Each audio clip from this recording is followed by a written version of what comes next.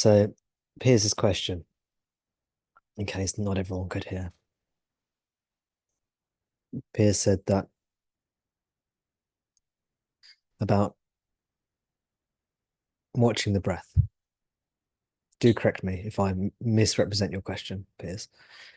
Watching the breath. In Buddhism, Piers says, the breath is often an entryway, a gateway, a means to deeper states called jhanas, the jhanas. These are, the word jhana is a Pali word, and often it's translated in English as absorptive states. Yep, states of absorption. So Pearson's first question was, are these therefore tamasic states? And then he had a second question. Second question was, some people say these jhanas, these absorptive states, are essential, necessary, 100% required for liberation. And other people say, no, it's not 100% required for liberation.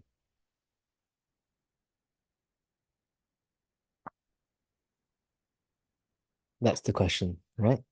Yeah. So, jhanic state.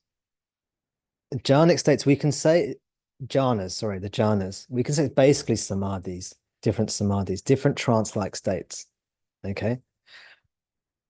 Excuse me. So, are samadhi states, are trance-like states necessary for liberation or not? Okay, in Vedanta, we have the same argument, discussion, debate. Some say samadhi is necessary for liberation. Some say samadhi is not necessary for liberation.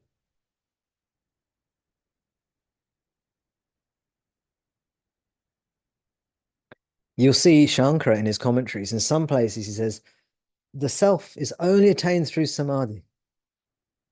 In other places, he'll say samadhi is like deep sleep, implying it's a tamasic state, which comes for a while. You can be in it for some time, and then you come out of it, not much better than when you went into it. Just like, it might be refreshing, like sleep. But you don't make spiritual progress necessarily through sleep or through deep sleep. That's the idea. I often have said, there's only one thing you need for liberation. Yeah. And that is to be, to exist.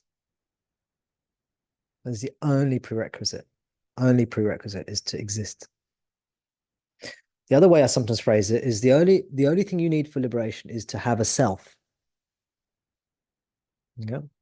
Have a self means exist, right? If you exist, then liberation is possible for you. This is a rather contorted way of saying liberation is open to everyone. Yeah.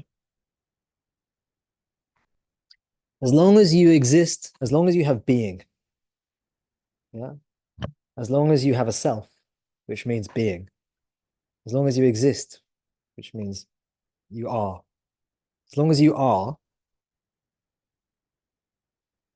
that's the only thing you need for liberation. Another way of saying that is that you don't need anything for liberation. Yeah, because the only thing you need is to exist. Well, that's just inherent in being, but you don't need anything else for liberation. Yeah, that's it. Okay. So now let's come back to your question. How can we, and both these teachings are true. You need samadhi for liberation. It's true. And you don't need samadhi for liberation. It's true. How can these both be true? It's because the words mean different things in different contexts. You see? If I'm saying you need samadhi for liberation, that word means something in that sentence. That word samadhi means something. If I say samadhi is a worthless state, you don't need it. You can have it if you want.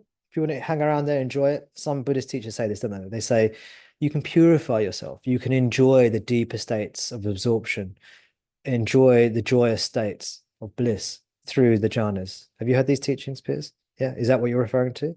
Exactly. So Some Buddhist teachers say, yes, you can, but you don't need that. You don't need the higher jhanic states.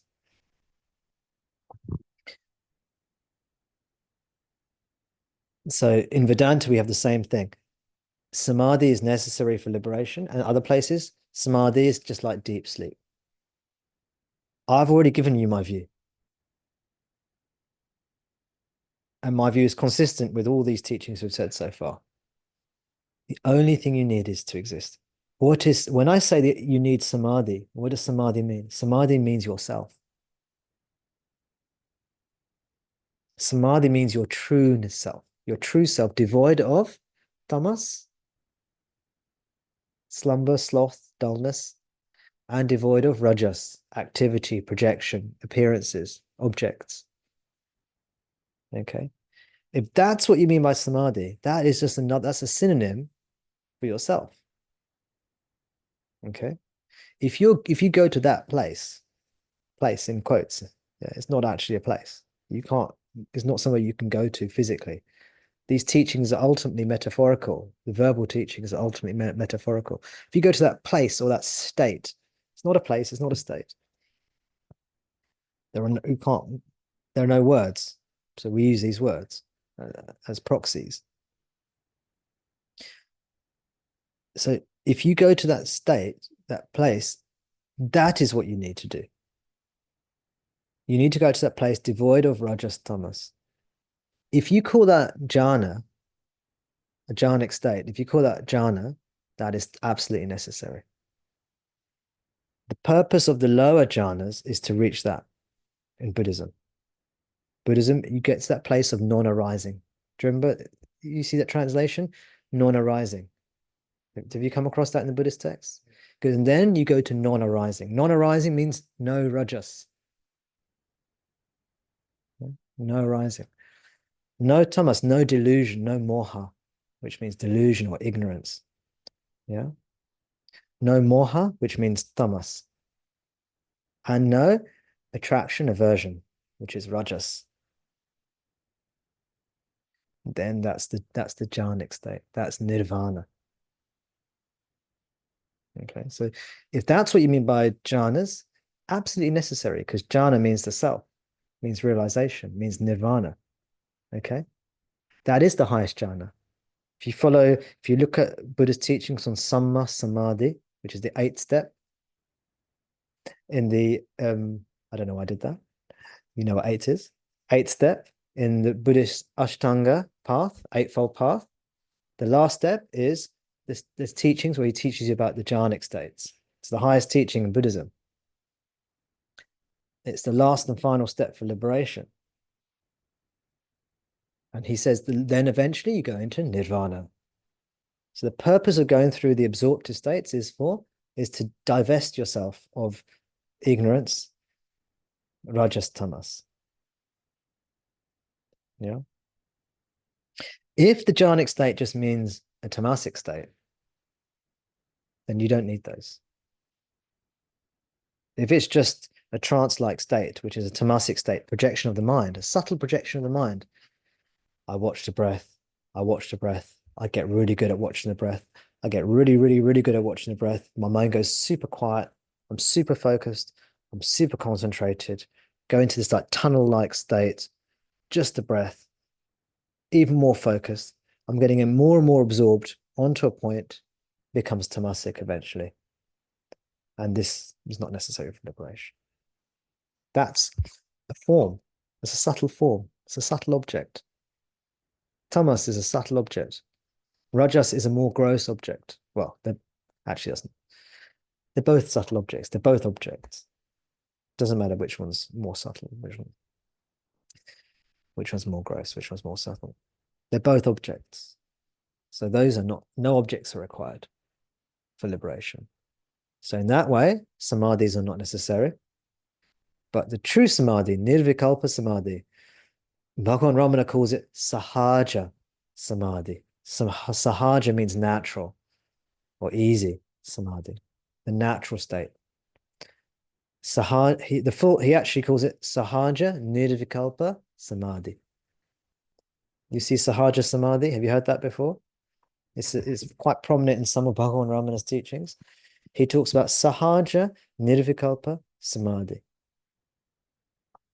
Sahaja Nirvikalpa Samadhi means the natural state of samadhi in which there are no forms. Yeah.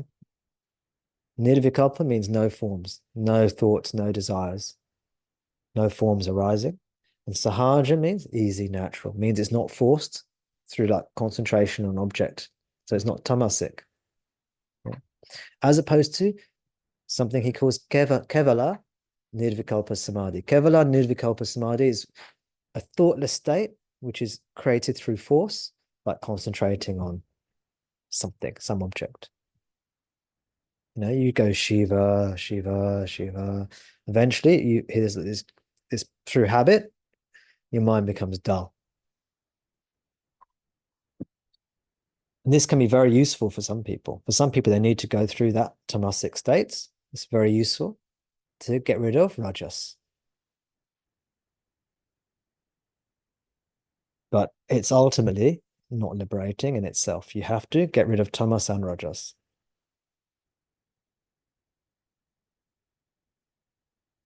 Answer the question? Yeah. Yes, that is tamas. Piers was saying that what I said reminds him of some stories you've heard of some people, some Buddhist practitioners or meditators who get very good at meditating. Their mind becomes very tranquil, very peaceful, but they get stuck there. And I said, yes, that is a tamasic state. Yeah. And they get attached to it. Yes, exactly. And that is subtle object of pleasure. And it's just like a laziness. It's a form of laziness. You're just like, oh, this is lovely. It's like a being couch potato. It's like sitting there watching TV, you know, with a remote control and remote control in one hand, a bag of potato chips or crisps in the other. So, you know, ah, ignorance is bliss. That's tamas. Tamas is ignorance is bliss. Tamas can be horrible as well, but that's the positive side of tamas. But it's a trap. That's not what you are.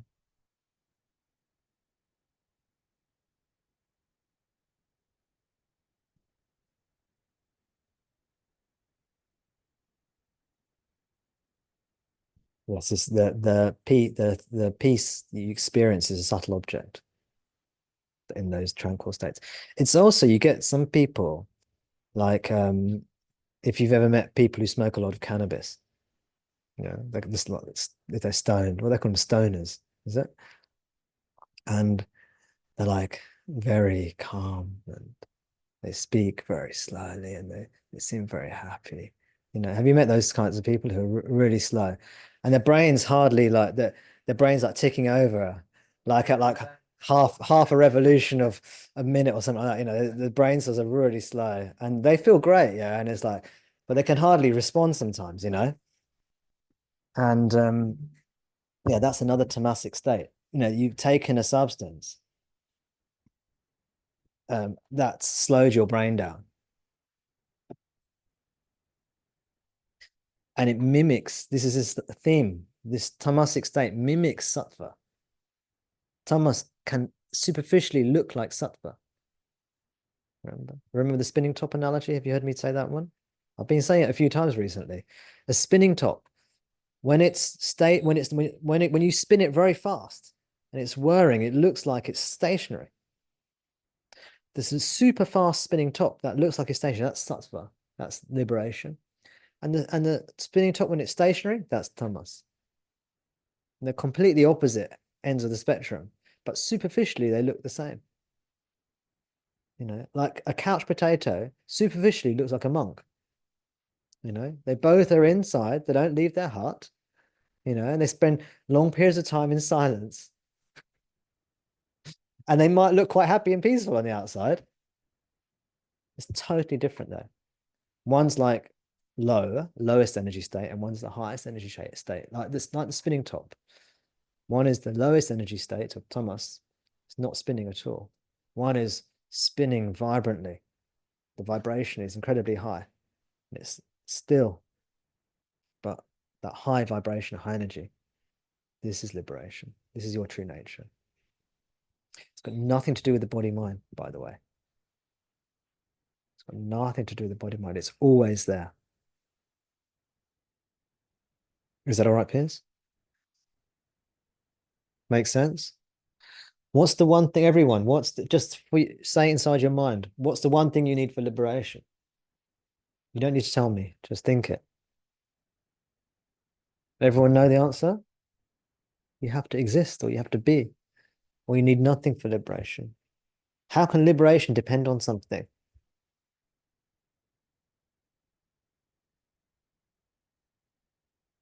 How can it depend on something? If it depends on something, you've put it in the realm of karma, in the realm of cause and effect, haven't you? Oh, it depends on me doing this. Doesn't. Oh, it depends on that teaching or reading this text. No, it doesn't. It doesn't depend on body, mind, world. Liberation does not depend on body, mind, world. If it did, it'd be a temporary realization, temporary liberation, which is no liberation at all. Let us not put liberation in the field of karma. Liberation is not in that field. You can plow that field of karma for as long as you like. You'll never find liberation. Like the lady who lost her precious jewel inside the house where it was dark. So she's looking for it outside the house, whereas it's light and she can see better. She can look for as long as she likes in the field of karma, in the body, in the field of body, mind, world, field of cause and effect. You never find liberation. You have to go in to that dark place where the senses don't work.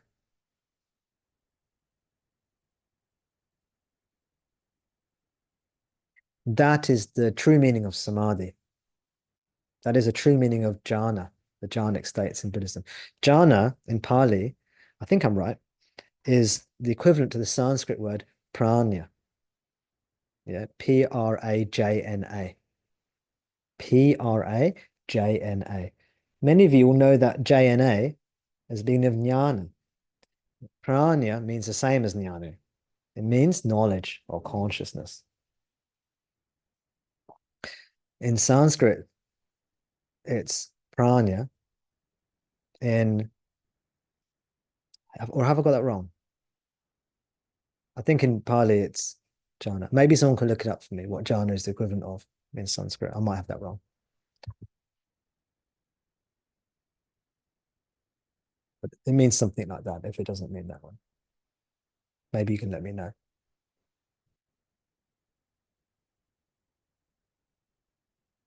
We have a few. Do you want to? Yes, you can. Well, welcome, brother. And we'll come to people on Zoom in a second. Oh, yes, some of it is right. Sorry, dhyan, you're right. Jhana is the equivalent of the Sanskrit word dhyana. Dhyana, thank you. Dhyana means meditation. And meditation is also, can be, a synonym for our true nature. But dhyan. Dhyan is the same as the jhanic states. And in Chinese, they call it Chan. And in Japanese, they call it Zen. And in Korean, they call it Son. I'm sure I've pronounced all those words wrong. Thank you, Sunbit. I think that's correct. But again, we can, if anyone, someone can check and let me know. Sorry.